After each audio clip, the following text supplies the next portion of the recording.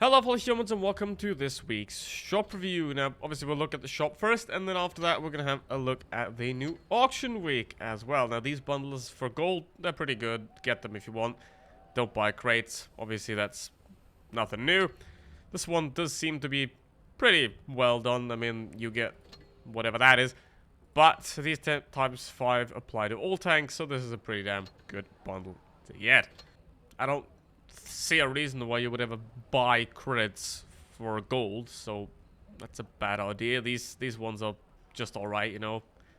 And the tanks, the T-34-3, well, it's a joke. And the 112-2 is, for my opinion, a bit too expensive. It would be nice if it'd be 6.5k. It's very much on the level of an Object 2 FTU.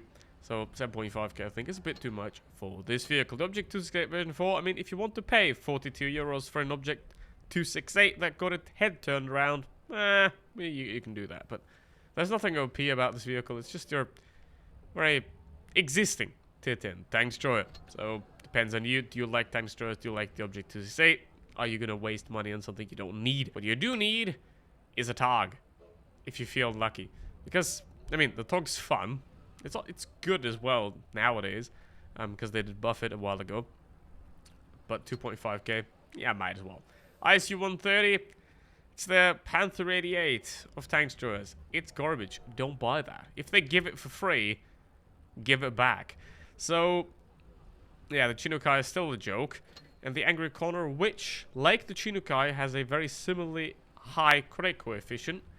However, a platform that doesn't work, given that your reverse speed is higher than your forward speed, and your forward speed is 12 kilometers an hour, which makes this thing basically unplayable. So, no. Don't do that. And the AT-15A is, I mean... No. Would you buy this? Why? I mean, if you really hate yourself, or if you really enjoy something that's slow and boring, if you are slow and boring, this is the tank for you. Now, let's have a look at the auctions, because as always, don't buy camos. Even if they're half the price, don't buy them. And don't ever buy crates as well. That's my recommendation. So we are with week number 2 of the auction. The MX-1357 and the Pause 7 Souls already bought this vehicle. I feel bad for them. 5.5k for this vehicle is an absolute joke.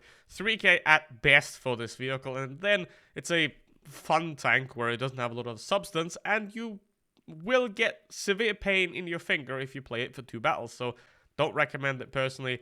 There are better tanks like a Type 62, even an M41 Deep that you could have gotten for free.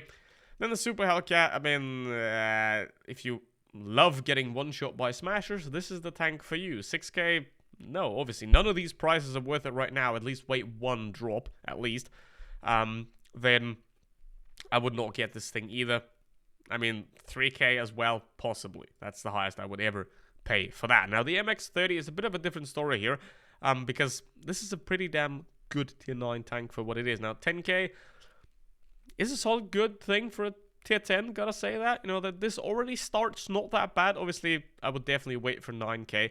Would maybe also want to wait for 8k. If this thing is sold for 8k, that's a great price for this tank. And if you are looking for a good tier 9 medium tank, then that's the one to get. Now, remember this. If you're looking for a tank to make creds with, you're always looking for a tier 8, because that's where you get the most creds for your damage.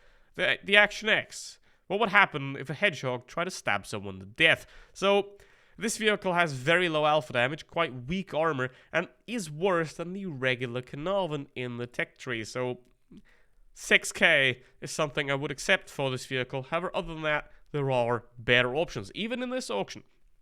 Then the non-autoloading autoloader of the T-28 Defender, it pretends to be an autoloader, pretends to defend anything. It doesn't. So this thing's solid. So 7k, that's the maximum I will pay for this one. But again, it's not really like something I would like consciously spend my money on if that's what the premium tank that I want, especially because we got the Samoa here for the same price, and it's just the same thing, but better. Like, significantly better than the T2N Defender right here. Why would you want to have that? I mean, 5k, sure, other than that, no. MX-30B, it's the most disappointing tier 10. It's about the worst thing you can buy in tier 10. Absolutely not. This is horrible, and I feel bad for the poor souls that buy this vehicle, honestly. But Samoa is a pretty good one to get. T42 is an absolutely amazing vehicle. I've been saying it the entire time. It's a great tank, and it is worth it. Not for 10k though. In this auction, obviously, it will drop pretty fast, I think. However, anything 9k, absolutely, don't even hesitate. Get it. It's an amazing tank. Scorpion. The SU-130 was in last week. SU-130 was cheaper. This is not a good price for this vehicle at all. And it will probably not get to a low enough price where it becomes good. So I wouldn't recommend the Scorpion G. If it goes to something like 8k, maybe, but that's still too high for this vehicle. Then the LT-432, I mean, I guess.